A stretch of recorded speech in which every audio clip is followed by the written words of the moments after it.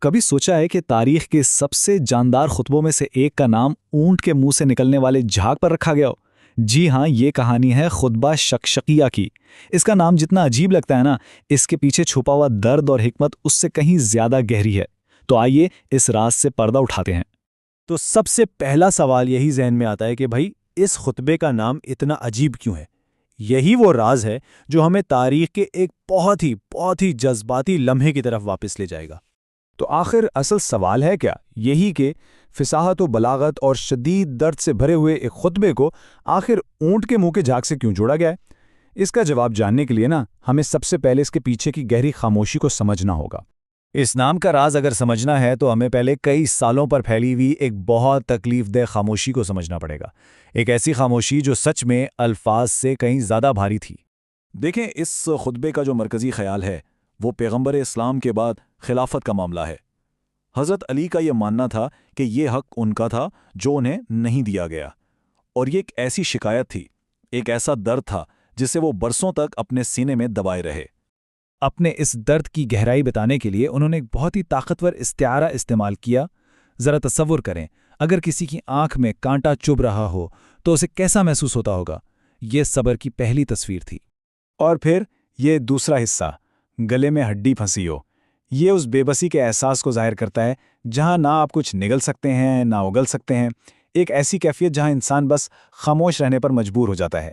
تو پھر سوال یہ اٹھتا ہے کہ اتنا درد سہنے کے باوجود خاموشی کیوں؟ وجہ کسی بھی ذاتی حق سے بہت بڑی تھی، امت کا اتحاد۔ مسلمانوں میں پھوٹ اور تقسیم نہ پڑ جائے، اس لیے اس تکلیف کو صبر کے ساتھ برداشت کیا گیا۔ اچھا، اب کہانی میں ایک موڑ آتا ہے جب بالآخر حضرت علی نے خلافت قبول کی، اور یہاں ہمیں عوام کے جوش اور خود ان کے اپنے نقطۂ نظر میں ایک بہت بڑا واضح فرق نظر آتا ہے۔ ایک طرف تو عوام کا ایک سیلاب تھا جو ان سے قیادت سنبھالنے کا مطالبہ کر رہا تھا۔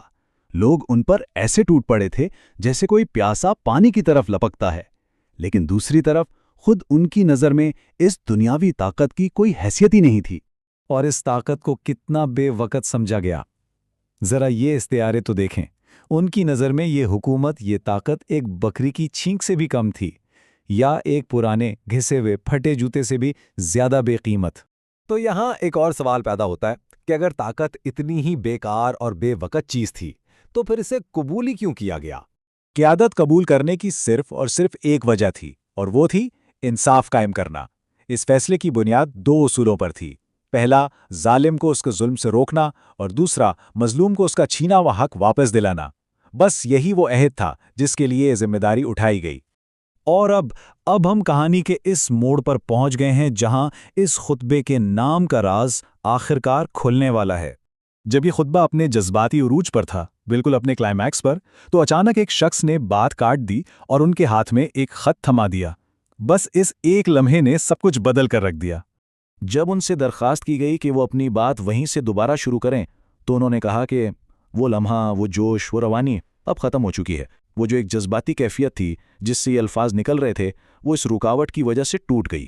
تو آخر یہ شقشقہ ہے کیا چیز؟ یہ دراصل وہ جھاگ ہے جو اونٹ کے منہ سے اس وقت نکلتا ہے جب وہ بہت زیادہ جوش یا غصے میں ہو۔ یہ تیزی سے ابھرتا ہے اور پھر فوراً ہی بیٹھ بھی جاتا ہے۔ اور یہ وہ تاریخی جملہ ہے جس نے اس خطبے کو ہمیشہ کے لیے اس کا نام دے دیا۔ انہوں نے اپنے الفاظ کے اس طوفانی بہاؤ کو، جو برسوں کی خاموشی کے بعد ایک دم سے نکلا تھا، اسی اونٹ کے جھاگ سے تشبیہ دی کہ یہ ایک شقشقہ تھا جو ایک لمحے کے لیے ابھرا اور پھر ایک مداخلت پر ہمیشہ کے لیے بیٹھ گیا۔ تو خطبہ شقشقیہ صرف الفاظ کا مجموعہ نہیں ہے، بلکہ یہ فصاحت اور گہرے قلبی درد کا ایک ایسا شاہکار ہے جو آج بھی ہمیں سوچنے پر مجبور کرتا ہے۔ یہ ہمیں یاد دلاتا ہے کہ کچھ لمحات، کچھ جذبات اگر ایک بار ٹوٹ جائیں تو شاید پھر کبھی واپس نہیں آتے۔ وہ بس ایک شقشقہ کی طرح ہوتے ہیں جو ابھرتا ہے اور پھر ہمیشہ کے لیے بیٹھ جاتا ہے۔